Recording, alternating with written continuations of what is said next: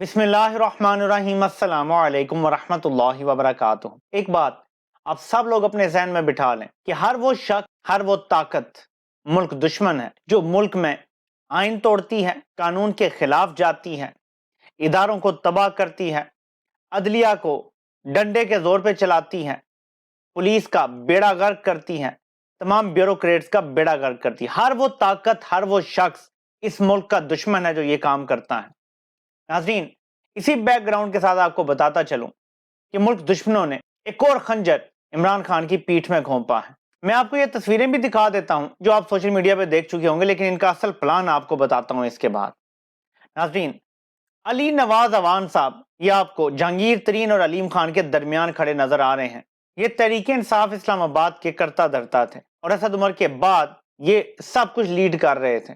ان کو اغوا کیا جاتا ہے اور نہ جانے کس قسم کا تشدد کیا گیا کہ یہ اسٹیبلشمنٹ کے بنائے گئے اور کھودے گئے گٹر میں جا کے گر گئے ہیں۔ کیا مجبوری ہوگی یہ ہم نہیں جانتے۔ ان کو بھی ملاحظہ کریں، یہ صاحب بھی، اور ان کو اگر آپ ان تصویروں میں دیکھیں تو ٹاپ پہ یہ عمران خان کے ساتھ کھڑے ہیں، اور آپ کو ٹاپ میں ہی جب آپ دوسری سائڈ پہ دیکھیں گے تو جہانگیر ترین کے ساتھ بیٹھے نظر آئیں گے۔ یہ تمام لوگ جیسے ہی اٹھائے جاتے ہیں، اغوا کیے جاتے ہیں، یا تو ان پہ تشدد کیا جاتا ہے یا تشدد سے ڈرایا جاتا ہے یا کوئی دھمکی دی جاتی ہے، خاندان کو اٹھانے کی، بچوں کو مارنے کی، کچھ بھی ہو سکتا ہے، لیکن اس کے بعد یہ لوگ اپنی وفاداریاں بدلنے پر مجبور ہو جاتے ہیں۔ یہ جو سب کچھ ہو رہا ہے، کوئی بھی کسی طرح کے ڈاؤٹ میں نہ رہے کہ یہ ملک دشمنی ہے جو کی جا رہی ہے۔ ناظرین، جہانگیر ترین وہ ہے کہ جب یہ عمران خان کو چھوڑ بھی گیا تھا تو اس کے بارے میں عمران خان کہتے تھے کہ یہ اتنا نہیں گرے گا میرے باقی اپوننٹس کی طرح۔ لیکن تکلیف سے بات یہ ہے کہ نواز شریف اور زرداری سے زیادہ یہ دو اشخاص جنہیں عمران خان نے عزت دی، جو عمران خان کے نام کی وجہ سے جانے اور پہچانے جاتے ہیں۔ یاد رکھیے گا، یہ دونوں اپنی دولت کی وجہ سے، اپنے جہازوں کی وجہ سے نہیں جانے جاتے، یہ دونوں عمران خان کی دی ہوئی عزت کی وجہ سے جانے جاتے ہیں۔ آج بھی عمران خان کے نام کے ساتھ کبھی یہ جڑے ہوئے تھے، اس وجہ سے دنیا انہیں جانتی ہے، بلکہ دنیا کیا، پاکستان میں لوگ انہیں جانتے ہیں، دنیا میں تو کوئی ان کو جانتا بھی نہیں ہوگا۔ اور یہ لوگ سب سے بدترین خنجر عمران خان کی پیٹھ میں گھونپ رہے ہیں۔ پلان آپ ذرا سمجھ لیں کہ کیا ہے، اور بڑا سادہ بچگانہ قسم کا پلان ہے، اور وہ یہ ہے کہ جس طرح سے ایم کیو ایم کو، جس طرح سے باپ پارٹی کو یا سندھ میں جی ڈی اے کو استعمال کیا جاتا ہے پریشر گروپ کے طور پہ، اس طرح سے اس گٹر سے دو کام لیے جانے ہیں۔ جو لوگ مڈل کلاس سے اٹھ کے مین سٹریم پالیٹکس میں آئے اور اب الیکشن میں سویپ کرنے کی پوزیشن میں ہیں، ان کی سیاست کو ختم کر دیا جائے۔ پھر وہ علی نواز اعوان ہوں، صداقت عباسی ہوں، یا اس طرح کے کئی اور لوگ ہوں جو مڈل کلاس سے اٹھے، مین سٹریم پالیٹکس میں آئے، ان کو سیاست سے نکالنا، یہ مشن نمبر 1 ہے۔ مشن نمبر 2 یہ ہے کہ امپورٹنٹ کچھ سیٹیں انہیں دلوا کے، اور جس طرح سے نمبرنگ کی جائے گی تاکہ اگلی حکومت کو چند پارٹیوں جس میں جی ڈی اے ہوگی، باپ ہوگی اور اس طرح کی اس سے کام ہوگی، ان کو کوئی 15-20 سیٹیں ملا جلا کے دلوا کے اور ان کو پریشر گروپ کے طور پہ استعمال کرنا ہے۔ یہ سارے کام کرنے کے لیے یہ سارا کھیل رچایا جا رہا ہے، لیکن بنیادی چیز وہ پہلی بات ہے جو بتائی ہے، مڈل کلاس کو سیاست سے نکالنا ہے۔ کیونکہ جب یہ ایسی گٹر میں جائیں گے، علی نواز اعوان یا صداقت عباسی تو عمران خان کے بغیر کاؤنسلر نہیں بن سکتے، تو کیا کسی ایسی پارٹی میں جا کے یہ تحریک انصاف کے کسی امیدوار کا مقابلہ کر سکیں گے؟ مقصد یہ ہے کیونکہ مڈل کلاس اس غلیظ سسٹم سے فائدہ نہیں اٹھاتی، بلکہ سب زیادہ پسا ہوا طبقہ یہی مڈل کلاس ہے، سب زیادہ ٹیکس اس سے لیا جاتا ہے، سب زیادہ مار اسے پڑتی ہیں، سب زیادہ مشکل زندگی یہ گزارتے ہیں۔ اگر یہ فیصلہ سازی کی طاقت حاصل کر لیتے ہیں تو مڈل کلاس تو اس ملک کا نقشہ بدل دے گی، اور نقشہ کس طرح کہ طاقتور قانون کے نیچے آ جائے گا، یہ جو استحصالی نظام ہے یہ اپنی موت آپ مر جائے گا، ملک آئین اور قانون کے مطابق چلے گا۔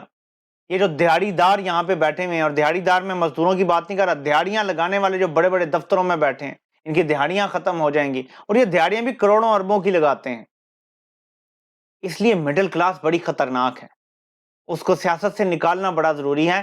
خواتین کو سیاست سے نکالا جا رہا ہے سوچے سمجھے منصوبے کے تحت، اور مڈل کلاس کو سیاست سے نکالا جا رہا ہے صرف وہ خواتین جو خاص قسم کی مغربی سوچ رکھتی ہیں، اور میں کسی کا نام نہیں لوں گا، ان خواتین کو اجازت دی جائے گی کہ وہ پاکستانی پالیٹکس میں رہیں जो भी खातून इमरान खान के रियासत मदीना के नजरिए के साथ खड़ी हैं, उनको सियासत की इजाजत पाकिस्तान में नहीं दी जा सकती, क्योंकि ये लोग वादे कर चुके हैं आलमी ताकतों से।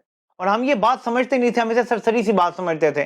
जब ख्वाजा आसिफ जैसे लोग अमेरिका में बैठ के कहते थे कि इमरान खान बहुत मजहबी इंतहा पसंद टाइप लोगों को अपना आइडियल समझता है या थोड़ा कदामत पसंद है, हम लोग मॉडर्न हैं, हम लोग लिबरल हैं, हम सोचते थे कि शायद अपनी कोई लॉबिंग कर रहे हैं, लेकिन ये एक डीपर इशू की तरफ इशारा करता है। अमेरिका हमें बहुत अरसे से, बल्कि दहाइयों से ये कह रहा है कि इस मुल्क को मजहब से इलादा करो, लिबरल सेक्युलर वैल्यूज को अपनाओ, जैसे यूरोप है, बरतानिया है, अमेरिका है, उनकी वैल्यूज हैं, उनको अपनाओ जैसे भारत ने अपनाई हैं। और देख लो हम उसे कितना वेलकम करते हैं, उनकी जमहूरियत की कितनी हम तारीफें करते हैं, उनकी बहुत सारी कमियां कोताहियां भी हम नजरअंदाज कर देते हैं, क्योंकि वो हमारी लिबरल सेक्युलर वैल्यूज को अपना रहे हैं। आप भी ये करें, तो ये हमसे डिमांड है। तो लिबरल सेक्युलर वैल्यूज के नाम पे जो गंद ये घुसेड़ना चाहते हैं, उसके रास्ते में इमरान खान रुकावट बन गया है।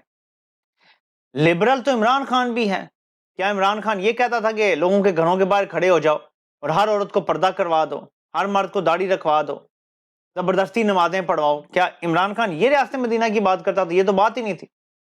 इमरान खान तो एक ऐसी सोसाइटी की बात करता था जो कानून के मुताबिक चले, जो आइन के मुताबिक चले, जिसमें सबको हकूक मिले, जिसमें गरीब भूखा ना सोए, जिसमें अमीर बंदा इतना टैक्स दे कि गरीब पे पैसा लगाया जा सके, एक फलाई रियासत हो, सेहत, तालीम, बुनियादी सहूलतें आपको फ्री में मिलें। वो तो ये बनाना चाह रहा है, लेकिन इन्होंने उसको लिबरल सेक्युलर वर्सेस शिद्दत पसंद इस्लाम कर दिया। और मगरिब ने डर जाना था, जाहिर है उनका डरना बनता है, क्योंकि यहां से यही कुछ फीड किया गया था।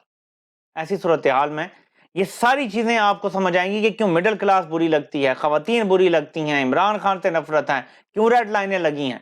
और इस सारी साजिश में सबसे गंदा किरदार इस वक्त जहांगीर तरीन और अलीम खान अदा कर रहे हैं। अब लोग ये कहते हैं कि 2017-18 में देखें ना जी, अलीम खान भी तो लोगों को भर भर के जहाज में लाया था।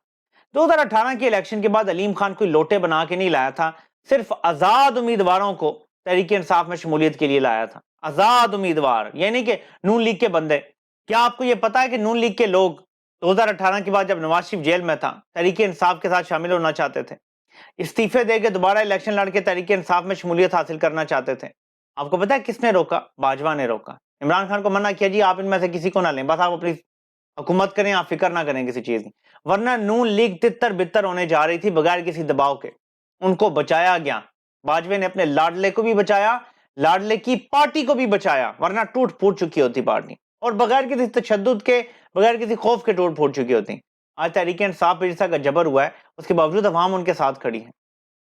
अवाम को कैसे शिकस्त देंगे? इनके रास्ते में सबसे बड़ी रुकावट ही पाकिस्तान के अवाम बन गए हैं।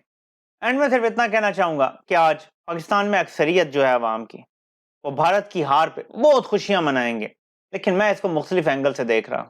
और वह एंगल ये है कि भारत में वर्ल्ड कप का फाइनल हो रहा है, पूरी दुनिया की नजरें भारत पर हैं, पूरी दुनिया का मीडिया भारत पे फोकस किए हुए हैं, दुनिया के सुपरस्टार स्टेडियम में आए हुए हैं, मैच देख रहे हैं। भारतीय फजाइया के जहाज घंटों मैच से पहले फजाई करतब दिखा रहे थे। ये भारत के लिए फख्र का दिन है, फख्र का मकाम है। और एक पाकिस्तान है जहां पे पीएसएल करवाने के लिए भी हालात ठीक नहीं है, ये कहा जा रहा है, और पीएसएल को यूएई में करवाने की बातें हो रही हैं फरवरी मार्च में।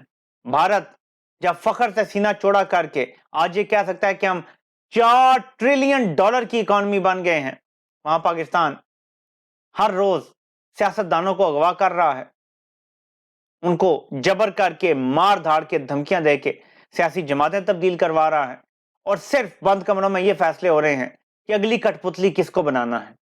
मेरे लिए तो ये बड़ा अफसोस का मकाम है कि पाकिस्तान तबाही की तरफ बढ़ रहा है, तो मुझे मेरे दुश्मन से क्या लगे। मुझे तो पाकिस्तान की फिक्र है, मुझे तो पाकिस्तान को बचाना है। पाकिस्तान बचेगा तो बाकी बात होगी, और पाकिस्तान को बचाने के लिए पाकिस्तानी कौम का सबसे अहम किरदार है। आपको एक भी इलेक्टेबल नहीं नजर आएगा, आपको आंखें बंद करके अपनी आजादी के लिए वोट देना है, किसी उम्मीदवार का चेहरा नहीं देखना। या आपको पैसा भी ऑफर करेंगे, या आपको आटा, चीनी, घी और पता नहीं क्या क्या ऑफर करेंगे।